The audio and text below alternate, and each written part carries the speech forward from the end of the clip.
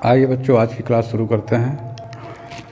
आज 10वीं की गणित में 5वीं इकाई शुरू करने जा रहे हैं। समानांतर श्रेणी। समानांतर श्रेणी से 7 नंबर के प्रश्न आएंगे, जिसमें से 2 विकल्पीय प्रश्न होंगे 1 नंबर वाले, 1 प्रश्न होगा 2 नंबर का और 1 प्रश्न होगा 3 नंबर का। तो इस तरह से कुल 7 नंबर के प्रश्न आने हैं। बहुत कठिन नहीं है ये, थोड़ा सा सरल है ये। मेरे ख्याल से आप इसको थोड़ी सी मेहनत करेंगे तो अच्छे ढंग से तैयार कर सकते हैं। तो आइए पहले वस्तुनिष्ठ प्रश्न देखते हैं। समानांतर श्रेणी के बारे में थोड़ा सा परिचय देते हैं। जब कोई श्रेणी इस तरह से आगे बढ़े कि प्रत्येक पद अपने पूर्व पद से एक निश्चित अंतराल पर हो या एक निश्चित मान से आगे बढ़े, यानी 2 पदों का अंतर नियत रहे। किन्हीं 2 पदों का अगर हम क्रमागत पदों का अंतर निकालें तो नियत रहे उसका मान, तभी हम उसको समानांतर श्रेणी कहेंगे। जैसे 2, 4, 6, 8, 10। ये देखिए, आप किसी पद में उसका पूर्व पद घटाएंगे तो 2 आएगा, 4 में 2 घटाएंगे 2, 6 में 4 घटाएंगे 2, 8 में 6 घटाएंगे 2। ठीक है ना। तो ये समानांतर श्रेणी है। जैसे 1, 5, 9, 13। ये इसमें कितने का अंतर हो रहा है? 4 का।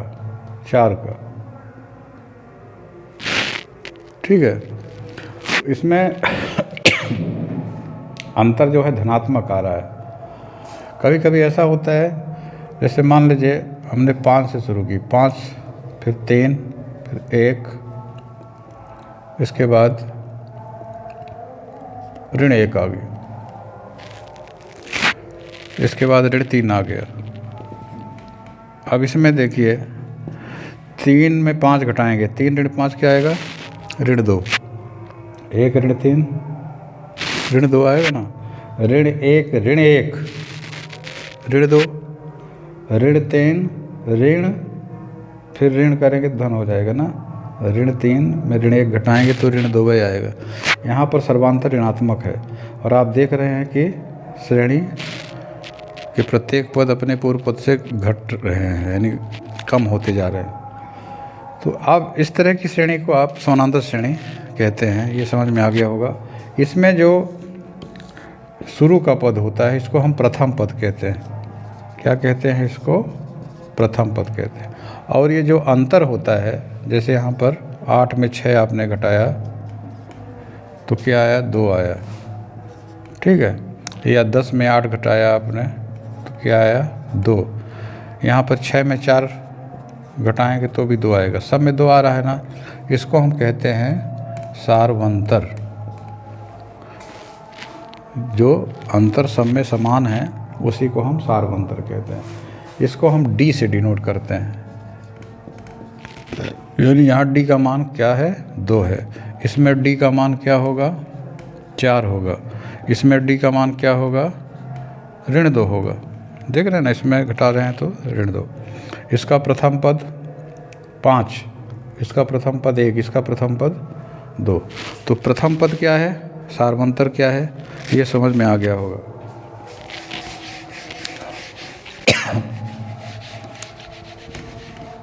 दूसरी चीज़ देखिए, n पद।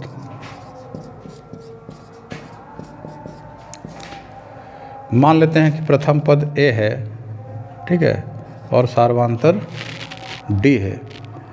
तो श्रेणी कैसे आगे बढ़ती है? देखिए, प्रथम पद A होगा, फिर दूसरा पद A प्लस D। अब D आप जोड़ते जाएंगे, इसमें D जोड़ेंगे तो क्या हो जाएगा? ये तीसरा पद A धन 2D। फिर इसमें D जोड़ेंगे तो चौथा पद हो जाएगा A प्लस 3D। देखिए, पहले पद में तो A भर है, D है ही नहीं है। दूसरे में 1 D आया है, तीसरे में 2 D, चौथे पद में 3 D। तो 90वें पद में क्या होगा? 90वें पद में A धन n minus one into D. एक कम हो रहा है ना, जैसे चौथे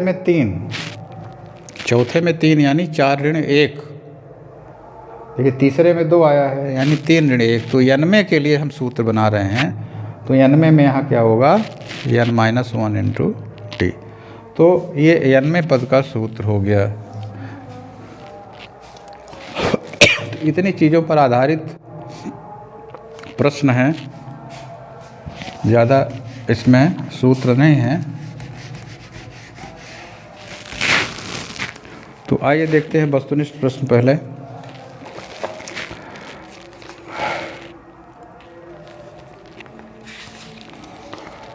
वस्तुनिष्ठ प्रश्न में विकल्पीय प्रश्न पहले दिया है।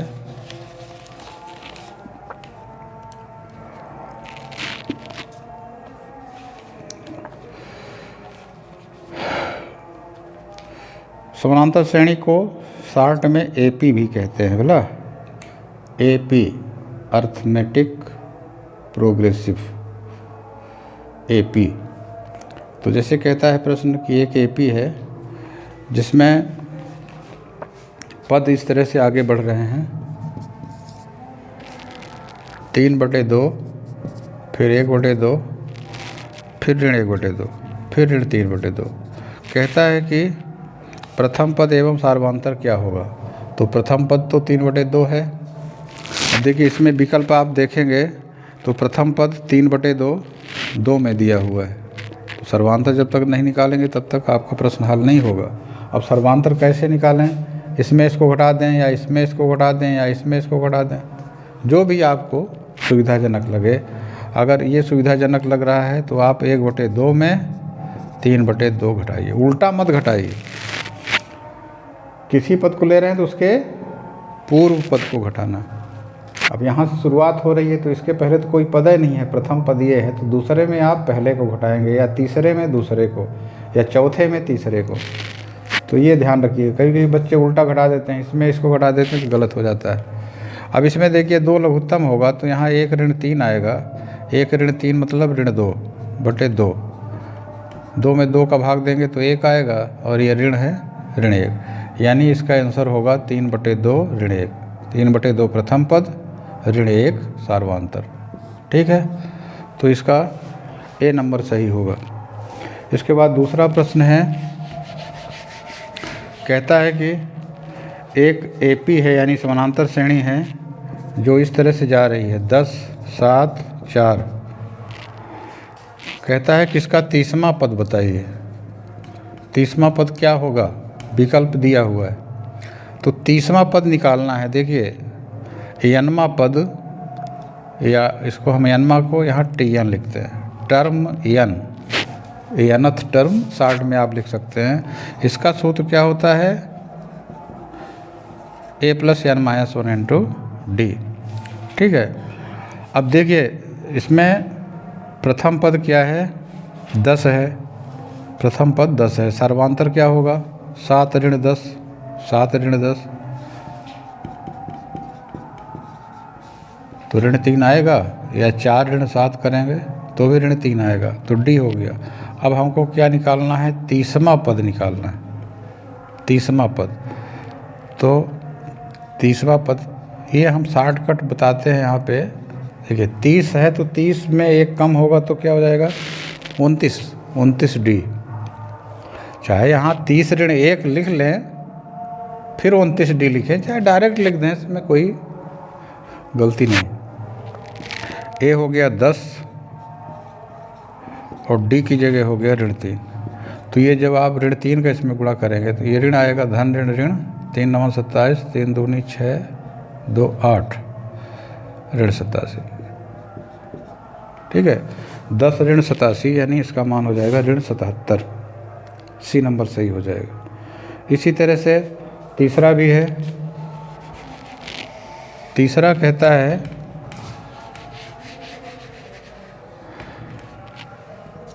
इसमें जो श्रेणी दी गई है, ऋण 3,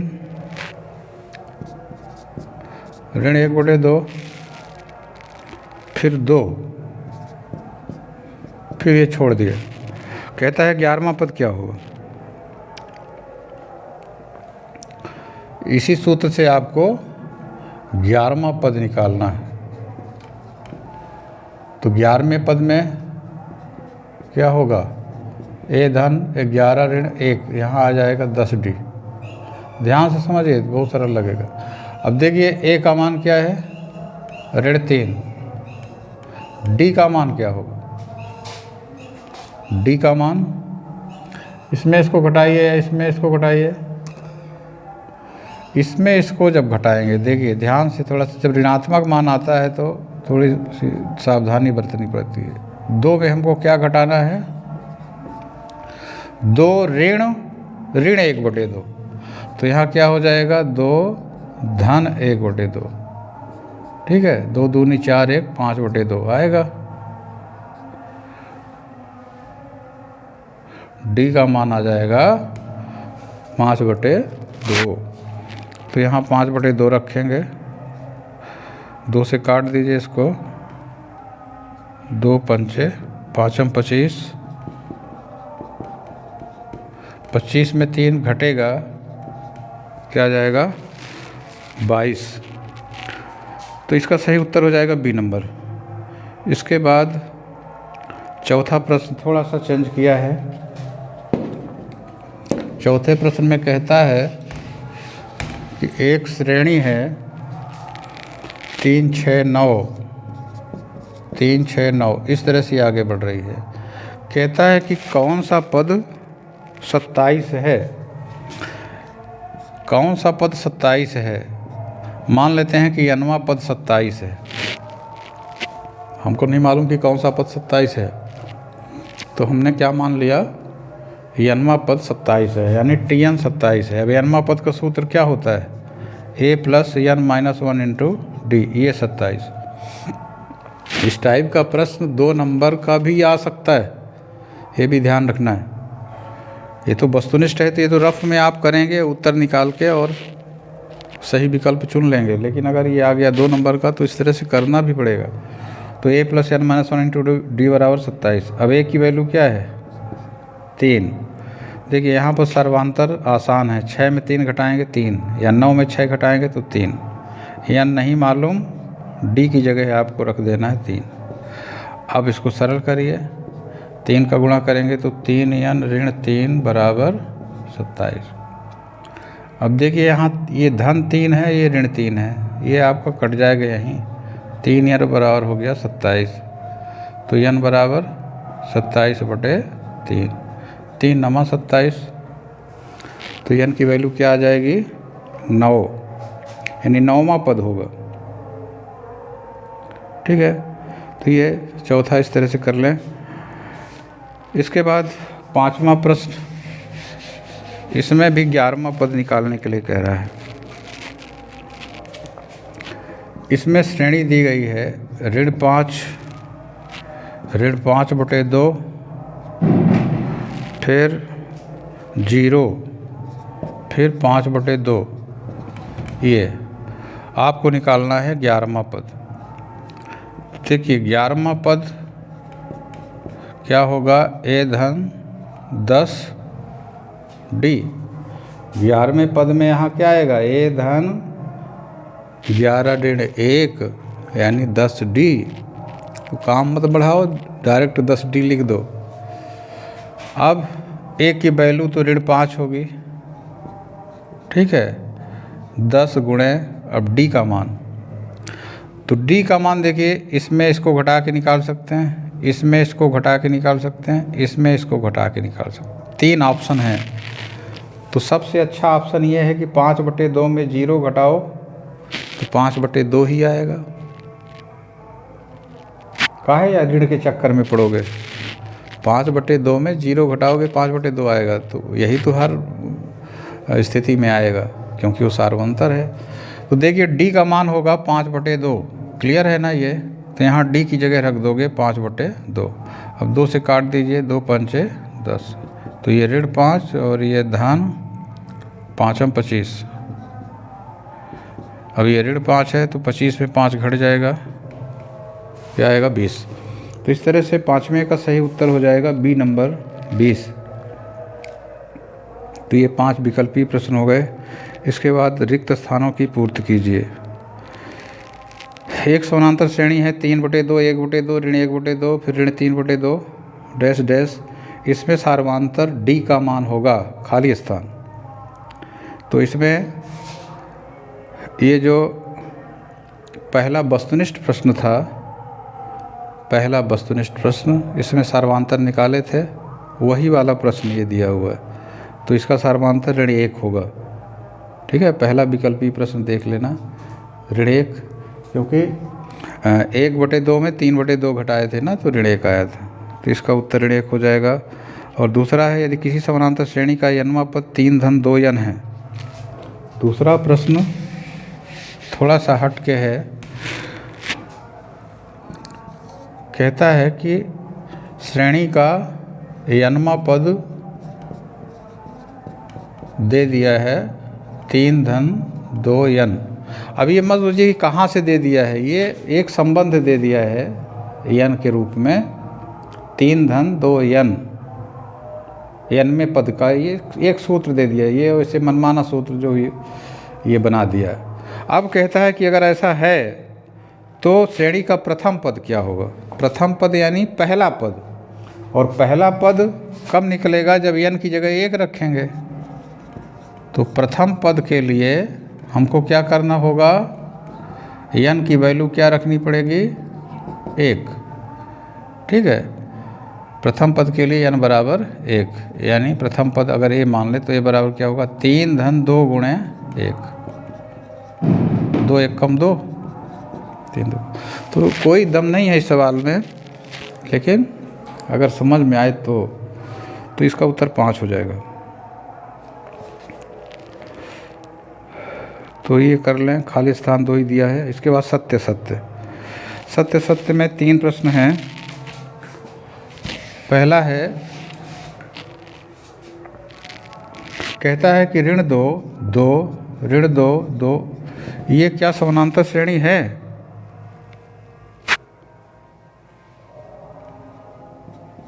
ये क्या कर रहा है, ऋण 2 लिखा, फिर 2, फिर ऋण 2 2, फिर ऋण 2, फिर 2, ऐसे ही लिखता जा रहा है। ये चेक करिए कि क्या ये समानांतर श्रेणी है। समानांतर श्रेणी के लिए सार्वमांतर बराबर होना जरूरी है। देखिए, अगर हम 2 में इसको घटाएं, 2 में क्या घटाएं, ऋण 2, तो क्या आएगा, 2 धन 2 बराबर 4। और अगर हम ऋण 2 में ये 2 घटाएं, यहाँ चिन्ह धन है वाला, तो ऋण 2 ये ऋण 4 आ गया।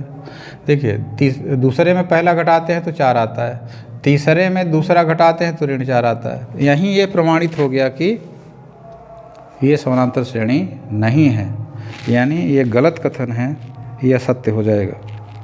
दूसरा है, ABC AP में है तो B बराबर A धन C/2। देखिए, जब 3 पद समानांतर श्रेणी में होते हैं, जैसे A B C, तो जो ये बीच का पद होता है, ये प्रथम और तीसरे पद के योग का आधा होता है। ये सही है। ठीक है, बीच का पद यानी दूसरा पद बराबर होता है प्रथम पद धन तीसरा पद बटे 2, तो ये सही कथन है। तीसरा दिया है, एक श्रेणी है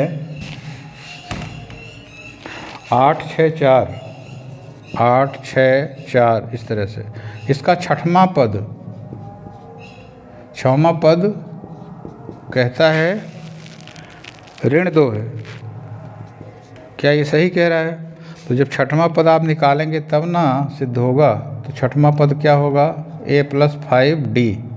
A की वैल्यू हो गई 8, D की वैल्यू 6 में 8 घटाएंगे ऋण 2, या 4 में 6 घटाएंगे ऋण 2, यानी D का मान क्या है, ऋण 2।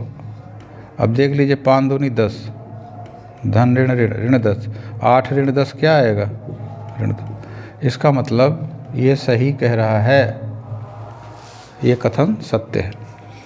तो ये तीसरा सत्य हो जाएगा। तो ये 3 दिए हुए हैं इसमें। इसके बाद एक शब्द या एक वाक्य में उत्तर देने के लिए कह रहा है। सब इसी में से प्रश्न बना रहा है, चाहे खाली स्थान बनाए, चाहे सत्य सत्य बनाए, चाहे विकल्पीय प्रश्न बनाए, लेकिन इसी में घूम फिर करके बनाएगा। अब जैसे एक शब्द में उत्तर देने के लिए मेहनत आपको उतनी करनी पड़ेगी, चाहे भले 1 नंबर का प्रश्न हो। हाँ, उत्तर निकालने में अगर याद नहीं है तो अच्छी तरह से आप अभ्यास कर लेंगे तो याद जैसा हो जाएगा, ज़्यादा मेहनत नहीं पड़ेगी। कहता है कि एक एपी यानी समानांतर श्रेणी है 2, 7, 12, 10वां पद का मान क्या होगा? 2, 7, 12 कहता है कि 10वें पद का मान क्या होगा, यानी 10वां पद ज्ञात करना है। तो 10वां पद कैसे ज्ञात होगा? ए धन यहाँ क्या आएगा? 10 ऋण 1 यानी 9D। ठीक है, अब ए की जगह 2, डी का मान क्या होगा? 7 में 2 गए 5, या 12 में 7 गए 5, डी का मान होगा 5। 2, 9 पचे 45, 45 2 47। है बहुत सरल काम, लेकिन अगर अभ्यास में आ जाए तो इस तरह से देखिए 10वें पद का मान क्या हो जाएगा? 47। और दूसरा है 4, 6, 8 40वें पद नहीं, अंतिम पद दे दिया है 4, 6, 8। कहता है कि 4, 6, 8 डैश डैश डैश, यहाँ 40 लिखा है। कहता है कि ये जो 40 है ये कौनवा पद है, यानी पदों की संख्या कितनी है, ये कुल मिला के पदों की संख्या कितनी है। तो एक प्रश्न बताए थे, मान लेते हैं कि पदों की संख्या n है, यानी nवां पद क्या माना जाएगा? 40। अगर हम पदों की संख्या मान लिए कि n है तो nवां पद क्या होगा? 40। अब nवां पद का सूत्र क्या होता है? a + n - 1 × d, तो ये बराबर 40। अब a की वैल्यू हो गई 4, n नहीं मालूम, d क्या होगा? 6 में 4 के 2, 8 में 6 के 2, क्लियर है ना? d का मान 2 होगा। अब इसको आप सरल कर दीजिए, 2 का गुणा करेंगे तो 2n ऋण 2 बराबर 40। अब देखिए यहाँ पर 4 ऋण 2, 2n, 4 ऋण 2 कितना आएगा? 2।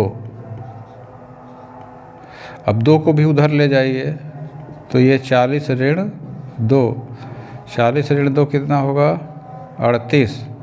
तो n बराबर 38/2, 38 में 2 का भाग देंगे तो 19, 19 दूनी 38। इस तरह से n का मान क्या हो जाएगा?